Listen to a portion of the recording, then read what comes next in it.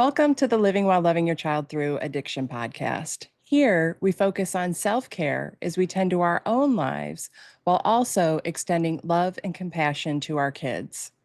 This podcast offers science backed skills to bring hope and healing to your entire family.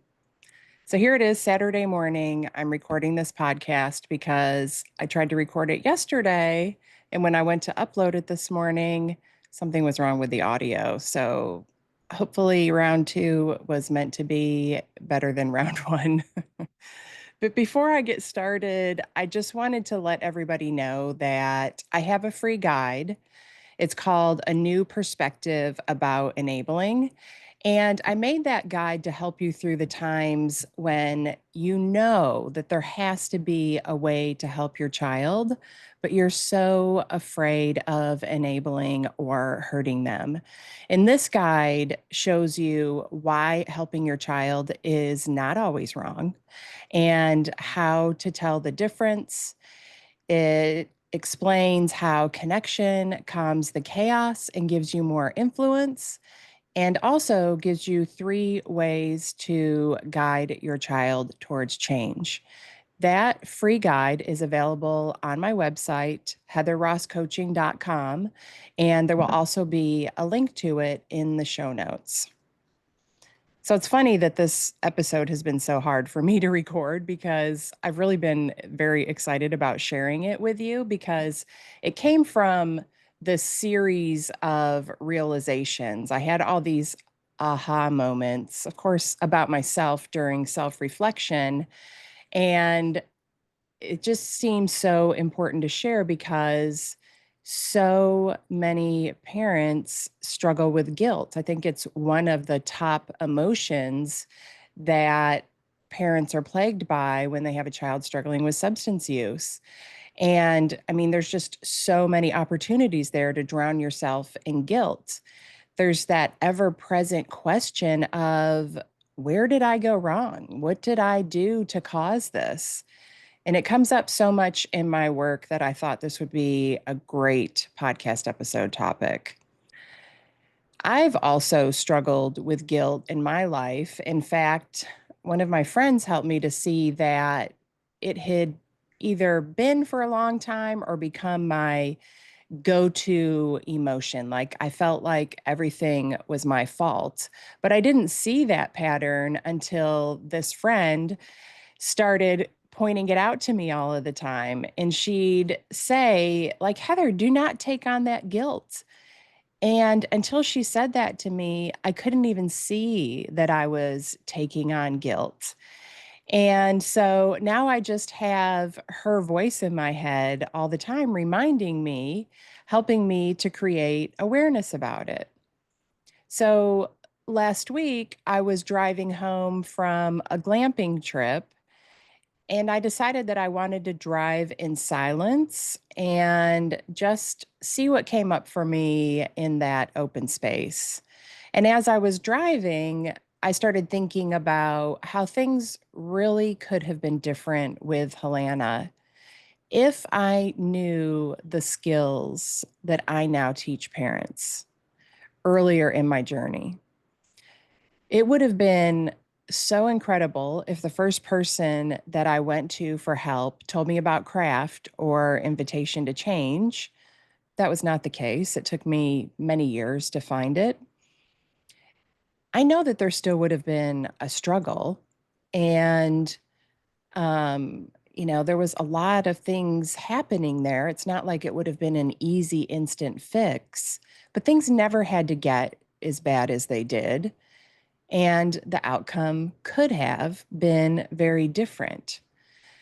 But when I think about that, then I end up feeling guilty that I didn't figure things out sooner rather than 5 years later.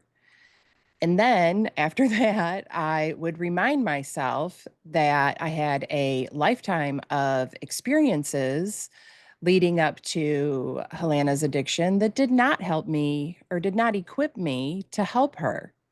And in fact, a lot of my life experiences were reasons that I showed up in unhelpful and damaging ways. I just didn't know better. I didn't understand. So I would end up in this back and forth of these two awarenesses. Things could have been different. I wish they had been different sooner, feeling guilty for not, but also trying to give myself grace because I didn't know sooner. And it was kind of like this battle that was really unresolved. It just happened over and over again. But on Monday, instead of that internal battle happening when that came up about how things could have been different if I had known the skills I know now sooner, something different happened. What came to me was the idea that maybe the reason I feel so deeply that things could have been different is because I'm meant to use that knowledge to help other parents. That knowledge was never meant for me to use to guilt myself. It was meant for me to empower parents to help them understand how much they actually can do to help the situation. So the next thought that I have after that was even better, which was I don't ever have to feel guilty about this again. I get to choose to have a different experience. This guilt does not serve me. It does not serve Helena. I learned. I changed. I grew. I did the best I could. I can release this guilt. And in that moment, like I really felt this feeling in my heart, like this expansion of this realization that I could choose something different and I could release myself from that guilt. And I decided to stay open to that. It's not like we have these realizations and these things just go away. But once I opened up to that realization, I could keep leaning towards this new experience of releasing myself from the guilt. Then the final part of this realization came the next day when I was on my morning walk. This idea that I didn't have to take on guilt got tested. I got a text from a friend inviting me to do something that coming weekend. And I said that I couldn't because I already had plans. I was going kayaking.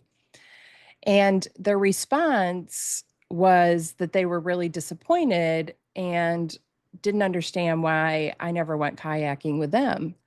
And that brought this instant guilt, my go to response. But this time, as quickly as the guilt came, I was able to release it because I knew that I had done nothing wrong. There was nothing that I had done that needed to be repaired. I had nothing to feel guilty for. And I had indeed gone kayaking with this person on several occasions. So I was not going to take that on. What came next was anger. Anger, that emotion means this is unfair to me. And I thought it was unfair that that person was trying to guilt me. But then I had an even bigger realization, which I'm really excited about. So, are you ready for this? I realized that if I stayed in guilt, it would have covered up my true emotion of anger. Guilt covers up our true emotions. Our emotions are signals of an unmet need. That anger that I felt was a signal to me that I needed fairness. I was not okay with this unfair nonsense that had happened in that conversation. And if I had stayed in guilt, I would have been focused on meeting that other person's need instead of trying to figure out what I needed in that moment. I would have been focused on making them feel better. But instead, I allowed the anger that let me know that this wasn't okay with me. So I paused and I thought about what I needed instead of what the other person needed. And this is huge. Think about how often you feel guilt. You're you miss what the signals are of your emotions, your true emotions, because that guilt is covering them up. And then you miss the opportunity to know what your unmet needs are and to be able to meet those needs so that you can feel better. And I mean, this all plays into the resentment and all the yucky feelings that we experience with our kids because we are not tuned into ourselves. We are so tuned outward into what's happening with our kids. So, in that situation, guilt was completely unnecessary because, again, I had done nothing wrong. There was nothing I could repair. And as long as guilt is your default emotion, it's not good. But guilt is good when it has a purpose. It did evolve to help us socially. In our primal brain, guilt signaled that we might have done something wrong that could get us kicked out of the tribe, and we needed to be in the tribe to survive. So we needed guilt to motivate us to repair what we had done wrong so we could keep that connection. But in today's life, especially with all these complex things happening with family, that primal wiring can backfire because your brain is constantly feeling guilt, thinking, oh, if I just feel guilty enough, maybe I can prevent harm and maintain this connection that I want so badly. But instead of creating connection, we end up getting stuck and we are unable to act because we're just sitting there ruminating, blaming ourselves. And then we become needy, creepy, and weird, trying to reach out to our kids and connect over and over again with them so that we can feel better. That connection is coming from a place of needing something from them, not genuine connection with them. We use them to extinguish the pain of our guilt, but then we don't learn how to resolve that guilt ourselves. Now, occasionally, they might give you what you need, and temporarily you will feel better. But the problem there is that you just reinforce the idea that relief for uncomfortable feelings comes from your child and not from you. You learned nothing about making yourself feel better. You didn't learn your behavior patterns. And this could really backfire. This ends up pushing kids away because they feel that neediness as pressure on them. And they're already struggling with their own emotions. So they're going to back away from that pressure because it's too much. They're not able to handle the weight of your emotions, too.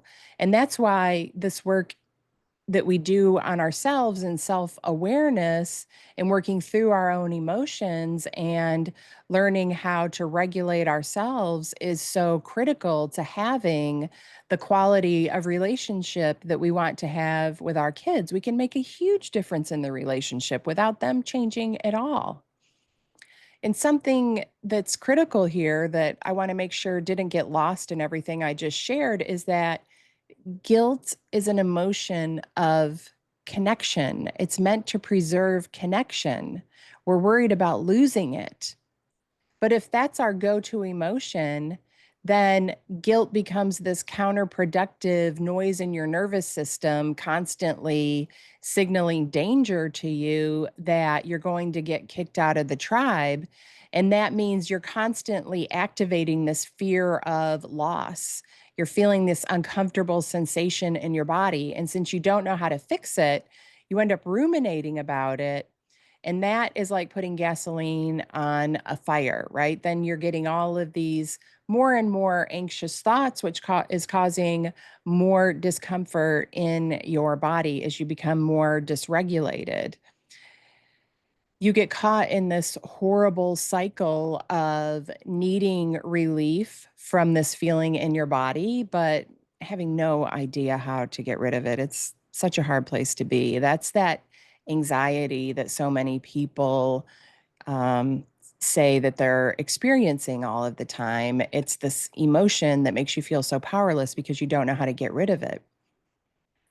But the anxious thoughts that you end up having about what's happening in your body, they have to be tended to separately from what's happening in your body.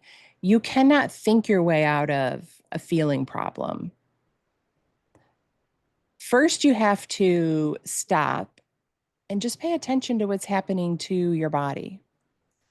This is why nervous system regulation classes are a part of my Peace of Mind group coaching program, because you have to calm your nervous system so that you can access your thinking and reasoning part of your brain to problem solve. You can't work through things if you're completely dysregulated all the time. When your nervous system is constantly activated, it is nearly impossible to think about anything but your problems. And then the more we think about our problems, the more we magnify them, because we're not thinking about them in a problem solving way. We're thinking about them in a fear creating way. So, a couple of weeks ago, I was experiencing this within myself where I was dysregulated and I was feeling all this stress in my body going into a coaching session with my business coach. And we didn't even discuss what I was feeling dysregulated about because it had nothing to do with business. But by the end of that call, I felt so peaceful and calm. And because I felt so peaceful and calm, what was bothering me before the call, it just didn't feel like a big deal anymore. And not because anything about the situation had changed, but my emotional state had changed. I was regulated. I had a completely different perspective about it. It just wasn't a big deal anymore. And that's because my coach has this really calming presence. I trust her. I feel safe around her. And so after we finished the call, all these solutions came rushing into my brain for all of these things that I had been trying to figure out, but couldn't figure out because I had been so dysregulated. But suddenly, after being regulated, I could access the thinking and reasoning part of my brain, and these solutions just start flowing in. So I'm writing them down as fast as I can. But that experience with my coach was such a great reminder of what the Peace of Mind group coaching program does for mothers. There's all this love and support and connection on the calls. So even if nothing changes about your situation on the call, you just automatically feel better and things feel more manageable. And you can leave the call in a better state of mind for problem solving or just enjoying your day and not thinking about problems at all.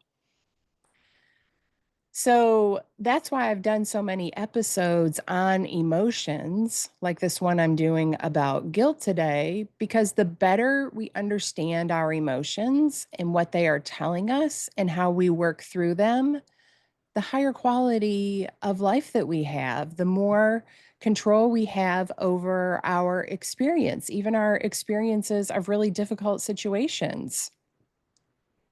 So I want to get a little bit deeper into what guilt is signaling to you and how you repair guilt if you truly do have something to feel guilty about. This explanation comes from the book, The Secret Language of Feelings by Kelvin D. Banyan. And I love that book. It's my favorite book. I highly recommend it. It completely changed my relationship with feelings, including understanding frustration and depression. It's what taught me that my emotions are a signal of an unmet need, the same way that sensations like hunger, thirst, hot, those are all signals of unmet need. You need food, you need water, you need to stay away from the heat so you don't get burned. Sensations are really important signals. Feelings are the same. They tell us what we need.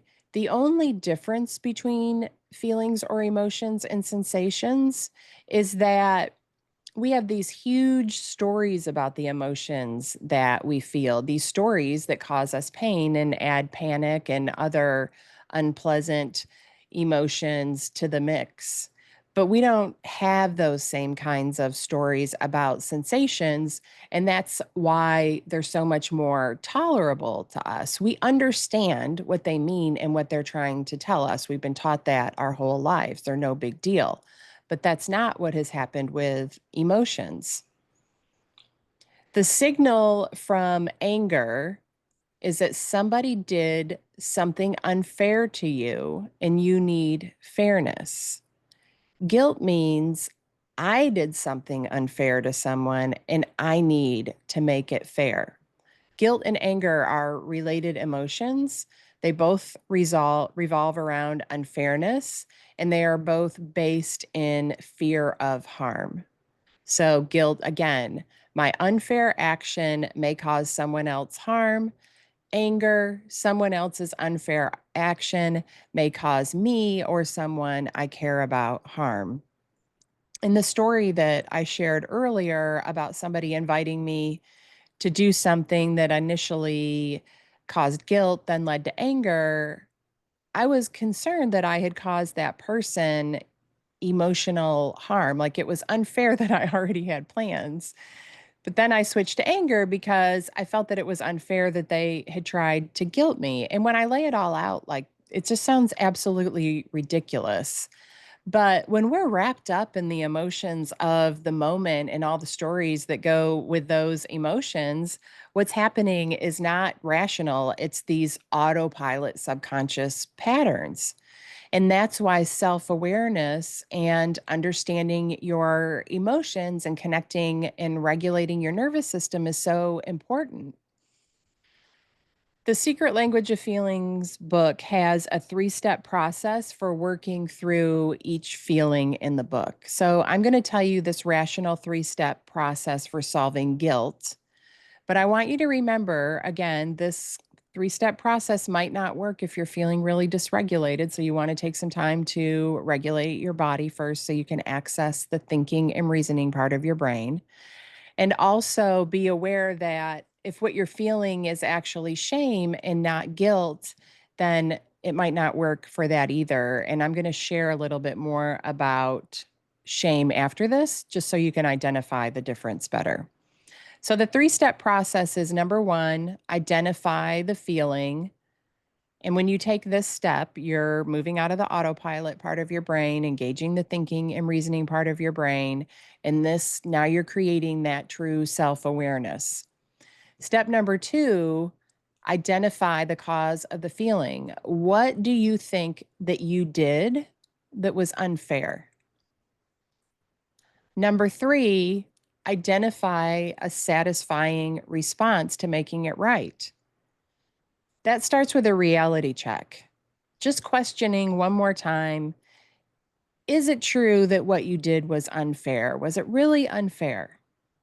If you realize that it wasn't, then that's where the 3-step process ends. You can release that guilt there.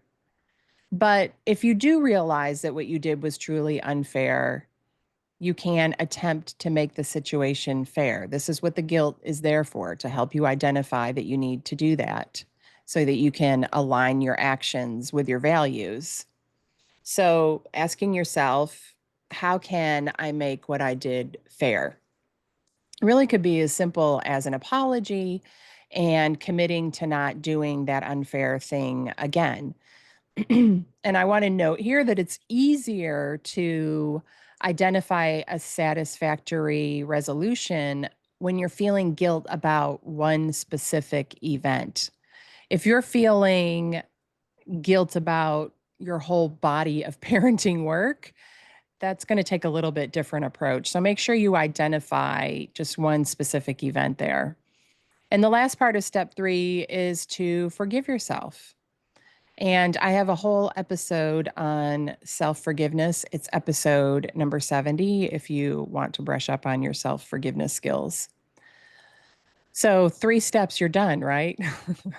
I know that it's not that easy, but it's so worth the work. You just have to get started and find your way through it. You can sit down with a pen and paper, start writing down your answers to those 3 steps, and just stick with it as long as you need to. Keep going back to it. These realizations that I've described to you that I had throughout this episode didn't come into me all at once. They came into me over a period of days and weeks because I was just remaining open to being intentional about allowing change. So, again, I want to go back to that idea that if you're experiencing this generalized guilt about everything to do with your parenting, because I experienced that myself. And what I did for that was first, I just had to acknowledge again that I had done the best that I could with what I had to work with. And taking the action of following through on doing the work on myself that I wanted my daughter to do on herself was also part of what I did to make it right. I committed to personal development and learning the skills that I needed to be the kind of mom that I always knew that I could be. I lived by example. And that helped me to forgive myself and release a lot of the guilt. I just did that process in a big way and had like this ongoing amends process by doing the work I wanted my daughter to do, living by example and being the best mom I could, being true to my values. And that worked great until Helena passed away.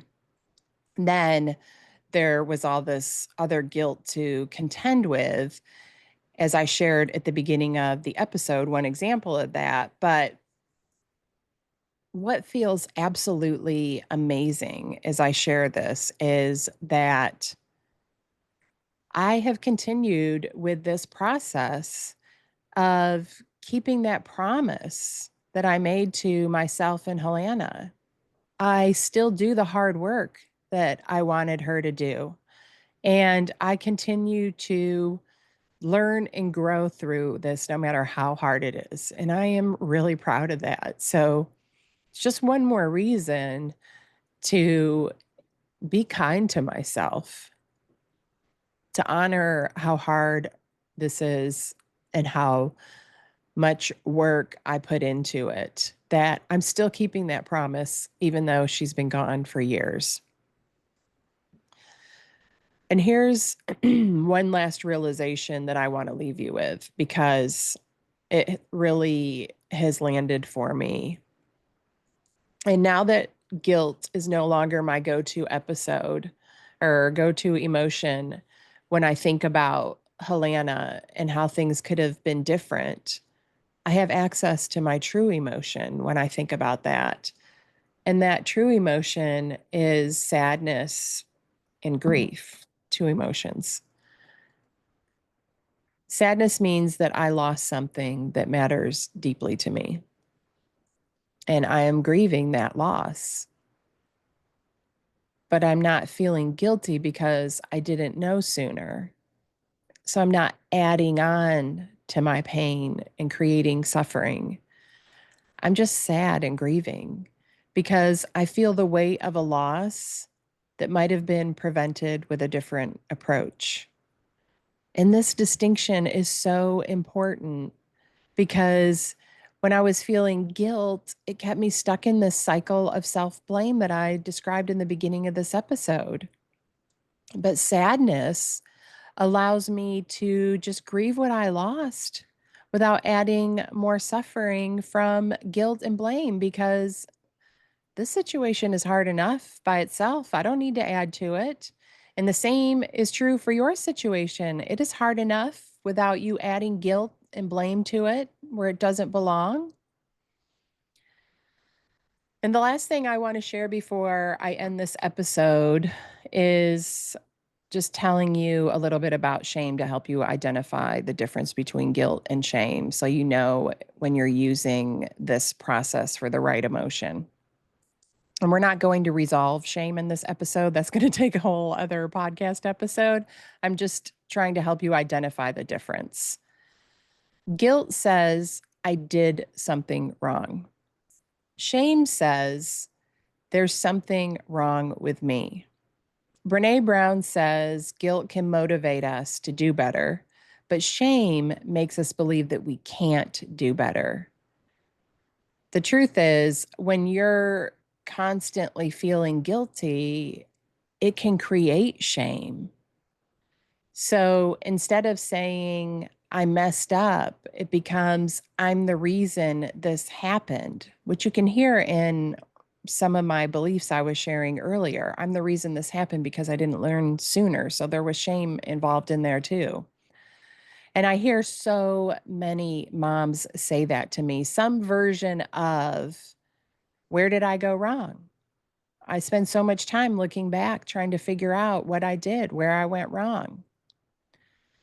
And that causes so much more pain. And it's just this huge mess that is nearly impossible to work through. So it's important to parse it out and look at things separately. So guilt sounds like I yelled at them. That's not how I want to show up. That's behavior based. Or I gave them money again. I want to learn to set better boundaries. Again, focused on the behavior. I did something wrong. I did something that doesn't align with my values. But shame sounds like if people knew the truth about our family, they would see how I have failed. Or if I were a better mom, I could stop this. And in those two statements are saying, there is something wrong with me. I am not capable of being a good enough parent. The words that we use are so important. The words that you're using to talk out loud about yourself, your inner dialogue about yourself. And the same thing goes for the words you think and say about your child. So instead of labeling them with a word like addict, stick to the behavior of substance use. Instead of labeling them as a liar or a thief, stick to the behavior of that they stole something or they lied. This is a huge difference in perception and how you feel about yourself and about them. And it's going to make all of the difference in how you treat them and your interactions with them. And of course, that's going to have an impact on your relationship. Shame and labels lead to disconnection when connection is just a basic human desire. And it's also the key to influence. So, one thing you can do if you notice that you're using this shaming language for yourself or others is to start with self compassion and then question it. Try to reframe what you're saying, like I did between liar and they lied. And then give yourself more compassion because you really need it. And it is so important for this journey to create a better experience for yourself. So, as I wrap up today, here's what I want you to remember. Guilt is helpful unless it's automatic default guilt for everything. When when guilt becomes your default response, it drowns out your real emotions, keeps you from hearing what your unmet needs are. It keeps you from then meeting those needs. And it also keeps you from being able to show up the way you want to and keeps you from connecting the way you want to. So that's it for this episode about guilt. Thank you for being here with me today. If this podcast helped you, I would be so grateful if you shared it. Share it with a friend, in a Facebook group, anywhere that parents are looking for support, because so many families are hurting because they have not been given the right information. So please help me change that. Let's get more parents the tools that they need sooner before things get harder than they have to be. And if you're tired of feeling stuck and scared and unsure of what to do next, you can schedule a Road to Recovery call with me. We will explore what is possible for your family with support from somebody like me who truly understands. You don't have to navigate this alone. The Road to Recovery call link is on my website, heatherrosscoaching.com, and it's also in the show notes. So until next time, remember that taking care of yourself is not a luxury, it is a necessity. You matter too.